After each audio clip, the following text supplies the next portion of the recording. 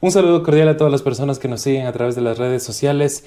Hoy estamos retomando la transmisión luego de que tuvimos una falla técnica, no se grabó el audio, entonces vamos a repetir este conversatorio que con el doctor Óscar Pérez, quien es psicólogo, psicoterapeuta y especialista en el manejo del comportamiento humano, por decirlo de alguna manera. Doctor, bienvenido. Vamos a conversar un poquito acerca de lo que es la prevención del suicidio. Estamos recordando esta fecha a nivel internacional, entiendo, y también acá en Tungurahua tuvimos épocas altos y bajos Sí. en torno a estas cifras.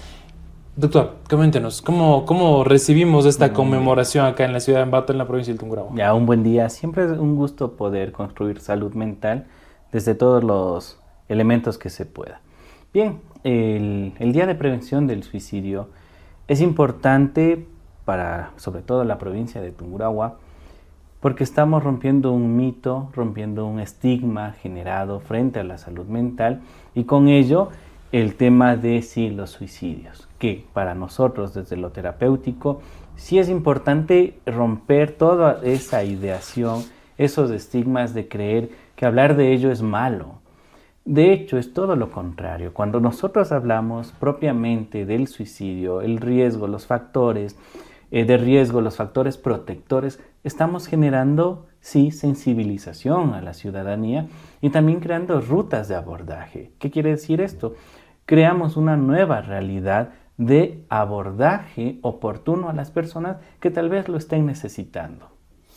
Doctor, comentábamos que esto afecta más a los hombres por factores fisiológicos en especial. Tiene un componente, sí, fisiológico, pero también viene un componente social e incluso antropológico, pudiéramos decirlo. ¿Por qué digo esto? Es porque al hombre, dentro de nuestro contexto, se le prohibía experimentar o sentir emociones. Que cuando se cae un niño, decían, los varones no lloran.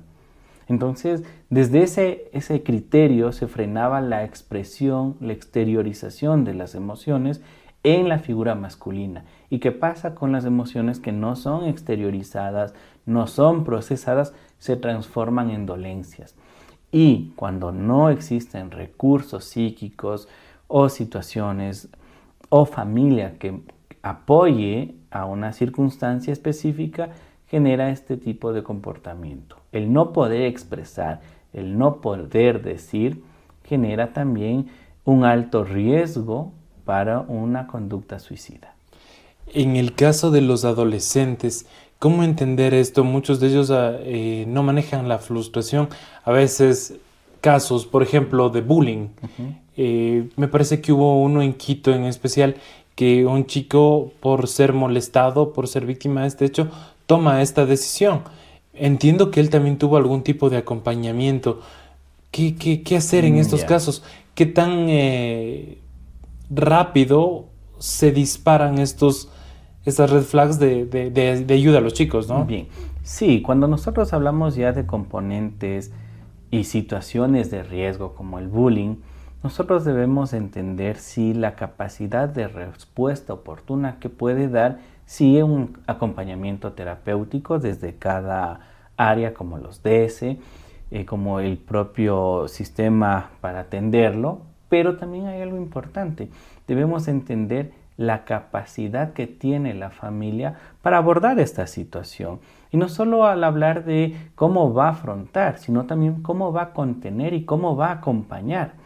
Yo soy muy creyente que en la familia es donde parte todos los recursos psíquicos para afrontar crisis, para afrontar dificultades y contener a una persona que esté atravesando alguna situación emocionalmente difícil.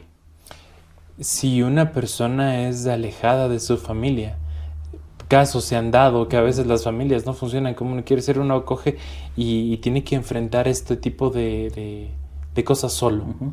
Bien, ahora, ¿Cuál sería la red de apoyo si uno... sí, ahí está bien la palabra que uno entiende, la red de apoyo. Puede ser la red de apoyo la familia, puede ser una red de apoyo los amigos, bien encaminado, ojo, el grupo par, puede ser una red de apoyo incluso la propia institución académica o los propios vecinos.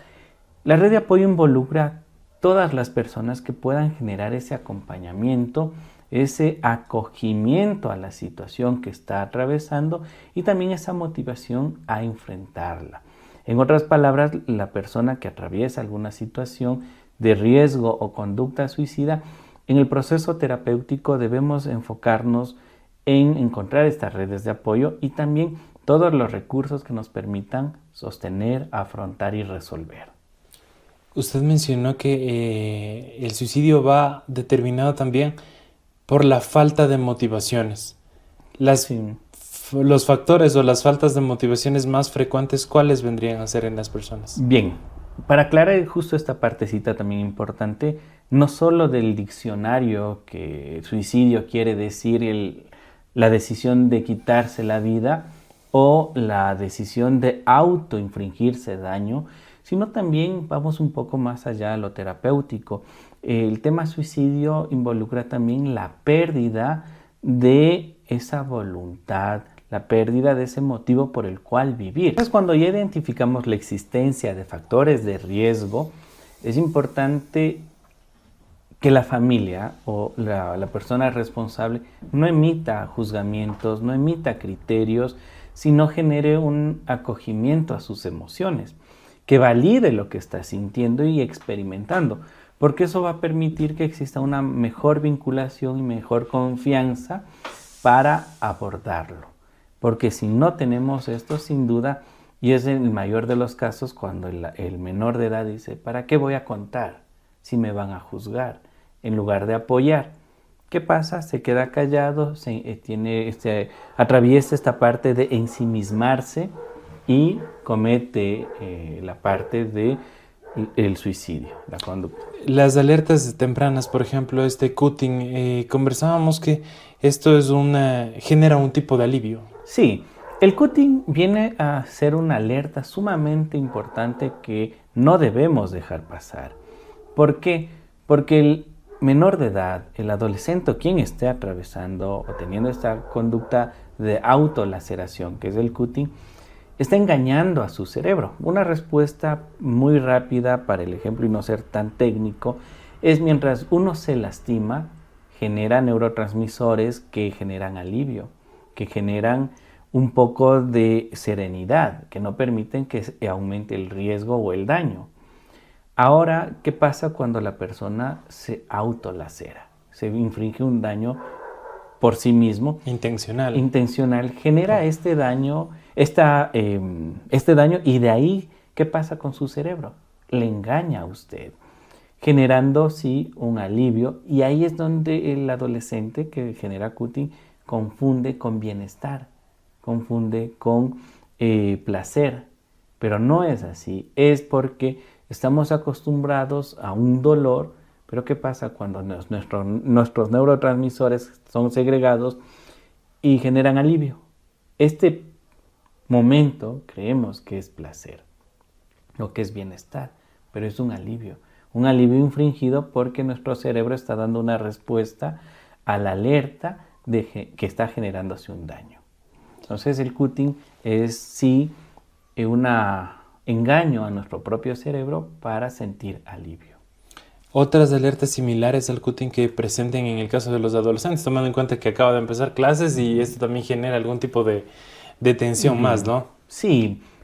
Otro de los signos de alerta dentro del contexto académico puede ser el hecho que la persona no quiera acudir a clases. Muchas veces confundimos esa idea como una persona que no se está adaptando, pero puede enmascarar otros elementos. El bajo rendimiento, a veces es fácil decirle porque es, entre comillas, vago, dejado, pero puede estar enmascarando otra situación.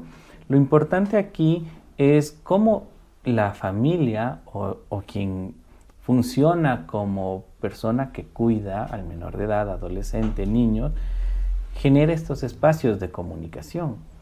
No únicamente el tema de juzgar, señalar, sino de aprender a escuchar, de validar las emociones, entender y ahí sí proceder con lo adecuado, que es buscar ayuda de los profesionales, entendiendo que el riesgo y conducta suicida debe ser abordado desde la parte multidisciplinaria. Comentaba también que los factores alimenticios tienen o sea, influyen también en el estado de ánimo y quizás en los comportamientos de las personas. Sí, sí, sí, nos da una alerta también. Por ejemplo, la persona que desea o tiene la compulsión de comer carbohidratos y grasas, tiene un componente, sí, de alguna situación angustiosa, ansiedad incluso. Entonces, ahí ya nos da una alerta, pero también debe ir asociado a otros elementos, no solo la parte de la nutrición, sino también la parte emocional, la parte comportamental, la parte de interacción familiar, la parte de cómo está con el grupo par. El ser humano es integral, entonces todas estas pautas nos van dando una guía para saber qué área o cómo también podemos abordarlo. En el caso de las personas que quizás X y factores no tienen para acudir a una consulta privada en terapias, ¿el Estado les brinda los recursos necesarios? ¿Qué piensa usted también de refugiarse en la religión? Bien, la primera pregunta. Vamos, sí. Tungurahua tiene la facilidad de tener un numérico de profesionales de salud mental de acceso gratuito, es un numérico bastante considerable, entonces es la accesibilidad y la voluntariedad de asistir. Segundo, el tema de refugiarse en la parte del, no pongámoslo religión, porque eso puede ser un nombre nada más, pero sí podemos verlo desde la parte de la fe y de la devoción, considerando que el ser humano debe ser visto desde su integralidad, es bio, psicosocial, energético y espiritual. Entonces, el ser humano necesita tener ese equilibrio en todos estos elementos. Y si para la persona funciona, genera alivio, el tema de su fe es muy bienvenido, se trabaja con eso también. Pero es importante entender que esto es una parte emocional. El otro puede funcionar como una red de apoyo, como un alivio y un acompañamiento, lo mismo que la familia. Pero dentro de sus emociones deben ser trabajadas desde el proceso psicoterapéutico. Ingresando un poquito en la mente de una persona que tiene una idea autolítica, una idea suicida, se entiende, alguna vez conversé con alguien, decía, era como que yo no encontraba salidas a nada, como que todo el resto dejó de importarme. Es como que veía un punto final, es decir, no quería continuar en el proceso. ¿Cómo entender, cómo adentrarse un poquito en la mente de una persona que en un momento determinado pues puede causar un gran dolor a su familia, a sus seres queridos, dejan a veces hijos, padres, esposas? ¿Cómo asumir esto, no? Bien, también es importante entender algunos elementos. Que la persona que decide quitarse la vida atravesó varias etapas y en esas etapas no encontró una respuesta de sea la familia, de un proceso terapéutico, entendiendo que visto el suicidio desde el no deseo o no el motivo de continuar viviendo, no únicamente desde lo depresivo, sino la pérdida de esa motivación por seguir viviendo, involucra estos elementos, el no haber encontrado una respuesta. Y ahí nos cuestionamos mucho en el tema de qué más pudimos haber hecho. Sí, pero ahí viene el tema de prevenir eso. Por eso es este espacio, por eso es la sensibilización, que no debe ser solo en un día de septiembre, sino a lo largo de toda nuestra vida, y también construir un hábito saludable para nuestras emociones. Entonces ahí radica el por qué esperar a cuestionarnos el qué no pudimos hacer por nuestro ser querido que tomó la decisión. Debemos hacer una retrospectiva y que para eso sirve estos espacios de entender que hay mucho que hacer. Hay mucho por el cual podemos trabajar brindando recursos de afrontamiento, resiliencia, enseñar a las personas a contener incluso y sobre todo a la persona paciente identificado a encontrar todas estas formas que pudiera para afrontar las crisis que existen. Porque la salud mental no involucra el tema de estar siempre feliz, involucra el tema de afrontar las crisis con respuestas favorables. En el caso de ya tener hechos autolíticos, que de acuerdo a información del año pasado hubo más de 200 hechos, ¿qué hacer? Bien, en este caso nosotros debemos ya transformar la realidad, sea social, sea desde lo terapéutico o desde donde podamos estar como buenos ciudadanos, es transformar ya no solo desde una estrategia de prevención terciaria, que es cuando ya existe una situación crónica, no desde una prevención secundaria, que es cuando ya apareció la sintomatología y existió el riesgo suicida, sino desde una prevención primaria, la cual involucra generar espacios saludables, generar hábitos de recreación que involucren el uso adecuado del tiempo libre, la vinculación afectiva, el tema de aprender a regular y procesar nuestras emociones y también a canalizar. No debemos tenerle miedo a nuestras emociones, el estar triste, enojado, es parte de la vida. Pero ¿qué pasa cuando no procesamos, nos quedamos con esas emociones o nos quedamos con los conflictos? Ahí sí, sin duda, va el camino hacia la idea de terminar con todo eso. Pero yo me pregunto y pregunto a todos, ¿qué pasa si encontramos solución a los conflictos? Si aprendemos a resolverlos, si aprendemos a manejarlos, otro sería la realidad. Y es ahí donde la prevención primaria juega un papel muy importante. Eso corresponde a la parte pública, al Estado, a la ciudadanía incluso, de generar hábitos, generar un espacio en el cual podamos y aprendamos a canalizar todo esto. Toda esta angustia, todo este malestar, todos estos conflictos, aprenderlos a resolver a través de todos los recursos psíquicos que podamos obtener. ¿Usted, dentro de su experiencia, cree que las personas que viven en la ciudad o que viven en el campo pueden ser más afectados o hay alguna diferencia como tal en esto? Por ejemplo, en Oriente no tienen una tasa tan alta de hechos autolíticos. ¿Por qué más está centrada en la sierra? No sé. Bueno, prácticamente ahí pudiera existir varios fenómenos, incluso desde el registro de la morbilidad, el registro de cuántos suicidios hubo, cuántos de ideación, mientras que en otro lugar pueda que no se registre. Son fenómenos psicosociales y también dentro de la estadística que pueda generar un sesgo. Pero yo creo siempre que no importa un numérico, sino cuánto podamos trabajar para evitar ese numérico. Desde la idea de continuar como salud mental comunitaria, por ejemplo, en que debemos proporcionar a la ciudadanía todas las herramientas psíquicas para afrontar conflictos. Siempre pongo el ejemplo también del arte, por ejemplo.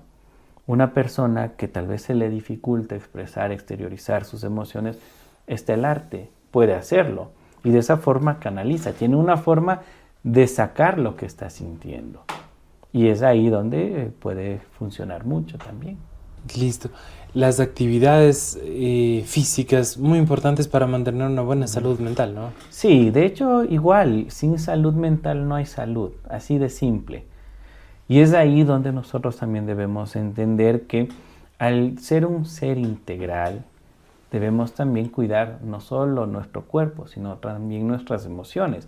Y aparte también aprender a cuidar a nuestro contexto. Entonces, desde esa perspectiva, cuando hablamos salud mental, es tener todos los contextos manejables sin que nos genere complicaciones, sino aprender a afrontar los diferentes conflictos que existen. Listo, doctor. En caso de que alguien necesite asistencia mental, asistencia para mejorar los comportamientos, ¿dónde lo pueden visitar? Bien, para mí es un gusto, por favor. El grupo GEMS, estamos en el edificio Plaza Ficoa, en el 5º piso, oficina 503. Ya, ahí es un grupo de profesionales. Exactamente. ¿Con quiénes nomás cuentan ustedes? Bueno, nuestro grupo especializado cuenta con psiquiatría, pedagogía, neuropsicología, trabajamos incluso con nutrición, porque todos los elementos cuando hablamos de salud mental deben estar atendidos de la forma más adecuada. Y de manera integral. Integral siempre. Listo, doctor. Muchísimas gracias Siempre por acompañarnos y dar a conocer todas estas alertas que pueden servir para que los ciudadanos pues eviten que ellos o que sus familiares pues tengan desenlaces fatales. Doctor, siempre bienvenido. Y este contenido ha sido generado para nuestros amigos de YouTube a través de Sánchez Comunicaciones y nos volveremos a conectar en próximas ocasiones con temas interesantes para abordar.